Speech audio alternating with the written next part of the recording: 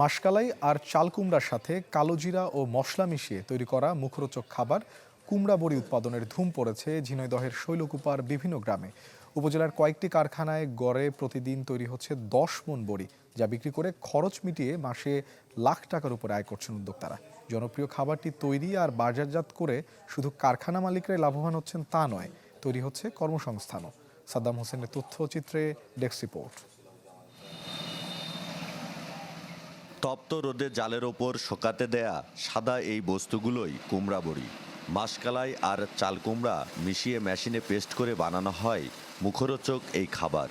দাম ভালো আর সারা দেশের চাহিদা থাকায় শীতের ভোরে ঝিনাইদহের শৈলকুপা উপজেলার বিভিন্ন গ্রামে ধুম পড়েছে এই দেশীয় খাবার তৈরির।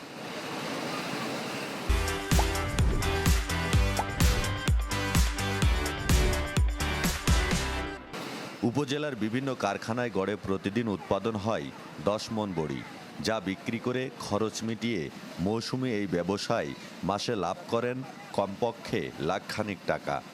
সমস্ত খরচ বাদেও আমাদের মাসে দীর্ঘ 1 থেকে 1.5 লক্ষ টাকা ইনকাম হয়, এবং আমি যদি চাকরি করতাম আমার এই টাকাটা ইনকাম করা হতো না। জনপ্রিয় খাবারটি তৈরি আর বাজারজাত করে শুধু কারখানা মালিকরাই লাভবান হচ্ছে না, তৈরি হয়েছে কর্মসংস্থান। আমাদের এখন কাজের বয়স শুনে কাজে কেউ নেয়ও না, তো আমরা এই বড়ির ফ্যাক্টরিতে যেটুকুই করি আমাদের কিছু চাহিদা পূরণ হয়। এখান থেকে আমরা যে বেতন পাই তা দিয়ে আমাদের সংসার খুব ভালোভাবে চলে যায়। বাণিজ্যিকভাবে কুমড়া বড়ি উৎপাদনে সব ধরনের প্রশিক্ষণ দিচ্ছে কৃষি সম্প্রসারণ অধিদপ্তর। প্রায় 50 জনের একটা কর্মসংস্থান হচ্ছে, এলাকার আর্থসামাজিক উন্নয়ন হচ্ছে, এলাকার কৃষি আরও উন্নয়ন হচ্ছে।